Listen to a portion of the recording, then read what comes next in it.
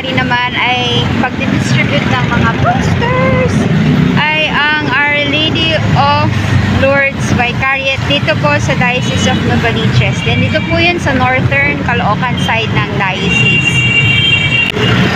So magsisimula po tayo dito sa Almar Sabarte.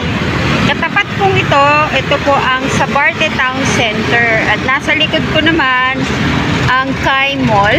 Doon sa kanto ay ang Pure Gold Sabarte. So ang una nating pupuntahan ay ang pinakamalapit walking distance, ang St. Agnes Parish. St. Agnes Parish, dito po tayo sa gilid. Ito po ang tinatawag na Camarine Road. Ay, so yan. Hindi ako makadaan kasi may mga sasakyan pa. So dito, ay, bumaliktad ang payong ko. Ayan. Ito po ang Kai Mall. Ayan. So, nakadto tayo ng konti at namimigay na si Mayor Along ng kanyang mga posters. So, yan ang Kai Mall. Yan ang pong pinaka bagong mall dito sa area namin. Area ng Camarine. Dun sa kabilang side po, sa side naman ng Deparo, yung SM Caloocan. So, lalakad lang po tayo dun sa kanto, sa may Suzuki. Kung nakikita siya dito. Yun.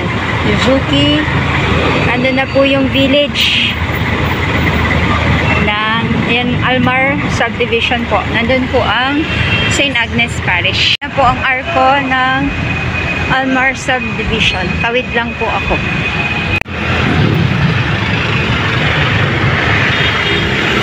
So, yan. Po tayo sa Almar Subdivision. Actually, nabigay ko na po noong February pa yung poster. Unang-una po yung parish na to na binigyan ko ng poster para sa Congress on Prayer 2. Kasi, parokya to ni Father Ferdinand Dulong, isa sa mga friendship kong mga pari sa diocese at pinagdadasal ng mga pari. Pagkapasok po ng gate, kakaliwa po tayo dito. Tapos makalawang kalsada, kakanan. Yun na po ang kalsada ng St. Agnes Parish. Kakaliwa po tayo doon. Ay, kakanan. So, nakikita niyo yung building na yan, ang mataas. Yan. Yung katapat na street na yan, yung building na mataas na yan, yun ang kakananan natin. Kasi, yan pong mataas na building na yan, ang may-ari po niyan ay St. Agnes Parish. Yan na po ang kanilang bagong formation center at events hall. Yan. Oh, gandang-ganda na, oh. Yan. Ilang floors to? 1, 2, 3, 4. St. Agnes Parish Formation Center and Convent. So, nandyan si Father Ferdy nagsistay. At itong street na to sa tapat. Nadiretsuhin lang po natin yan. At sa may bandang dulo po sa kanto, yun na po ang St. Agnes Parish. So, yung pink na yan, yan na po ang parokya ng St. Agnes. Ikot muna po tayo sa labas bago tayo mag-hey hello sa kay Ate Edith, yung parish secretary. Saan kaya nila pinaskin yung poster ni St. Therese? Hanapin natin.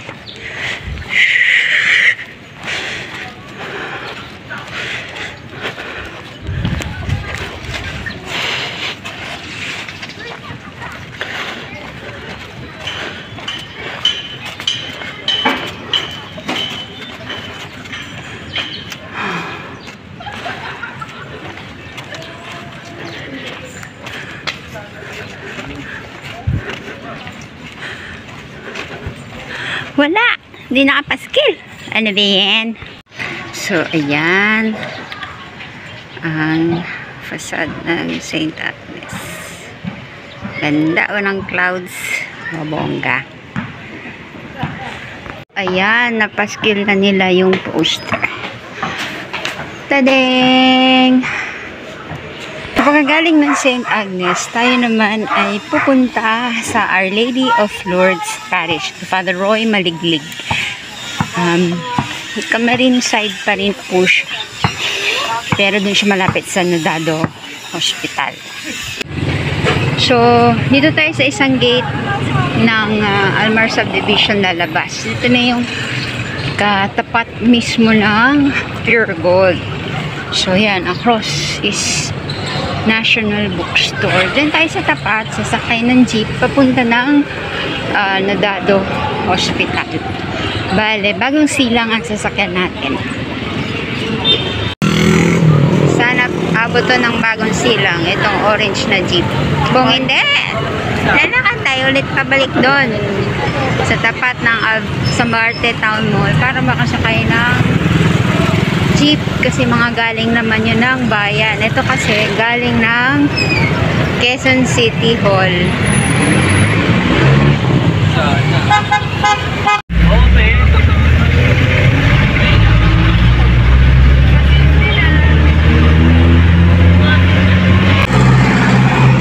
So ayan, lumampas na naman si Dora. Ang bilis magpatakbo ng mamang jeep.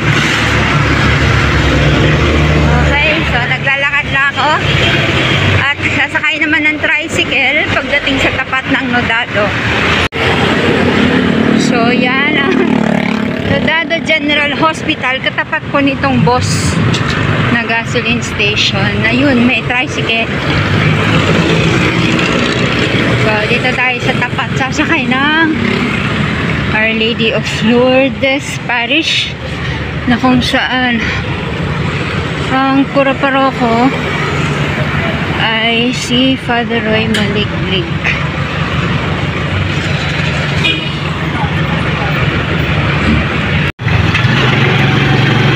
Pwede naman lakarin yun kaso ang init at saka medyo may kalayo. So hindi ko carry ang init ngayon. Summer na ito. Diretsuin lang naman po yung street na yun sa tapat po ng ng Nodado Hospital. Diretso lang hanggang sa dulo. As in, dulo.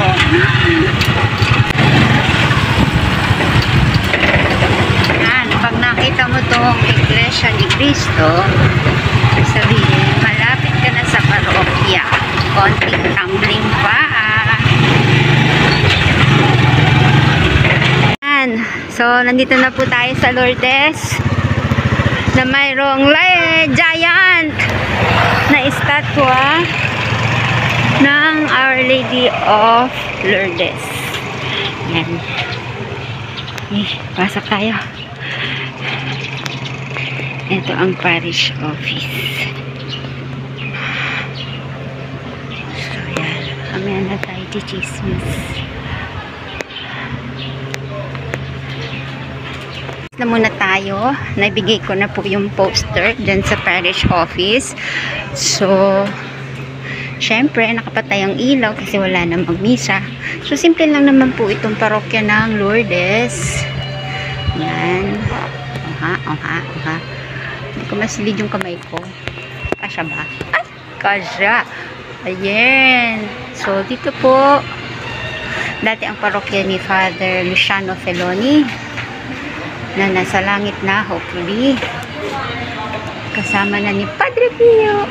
Kamukha niya na si Padre Pio nung siya ay umatay. O yan. Anyway, so, yan. Very simple lang po dito ang Lourdes. Yan. Isang ikot na lang at ako'y nahantay ng tricycle. Siguro sasakyan to ni Father Roy. Alin kaya dito ang kanya? I don't know. Okay. So, nandito na tayo ulit sa Nodado General Center na kung saan tatawid tayo. At sasakay tayo ng SM Fairview. Yan, jeep na yan. Teka lang! Wait lang! Patawid!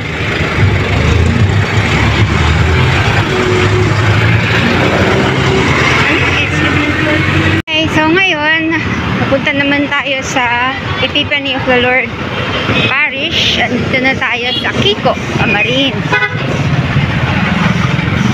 So, madadaanan natin karamihan po mga palengke. Tatawid tayo kasi dun sa kabilang side ang parokya.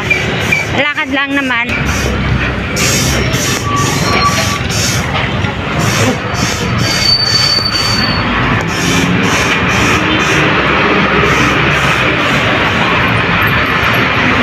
Ay, sorry. Yan, dire-diretsuhin lang po yung lakad na yan. At nandito sa kaliwang side ang Epiphany. Lakad pa. Okay, so paglalakad, madadaanan po natin ang St. More Kiko.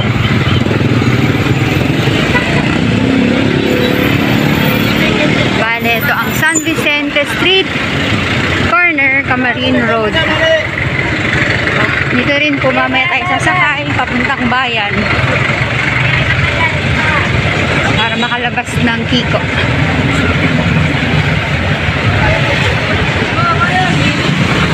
Okay, mga 5 minutes pa ng paglalakad. So yan, konti na lang. Pag nakita niyo tong kanto na ito na King of Street Foods, nakita natin. Yan. Tapat po niyan yung bakery.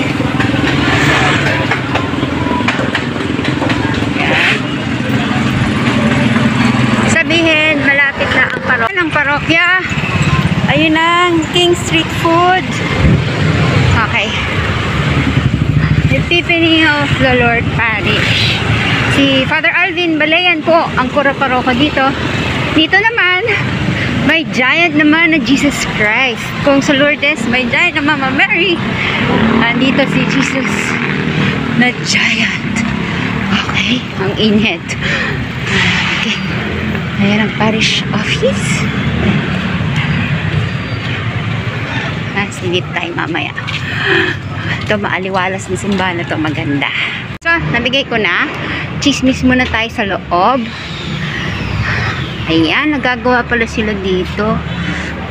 Chismis tayo. Tadeng! O, diba? Maaliwalas dito sa kanilang parokya. Simple, maaliwalas. O, diba? At may ginagawa sila sa altar. O, ang aliwalas, no? Tsaka may kalakihan. Okay. Tara, let's bagets. Ang init sa Pilipinas. Banda tayong Baguio. Accomplish na ako dito sa Epiphany of the Lord Parish.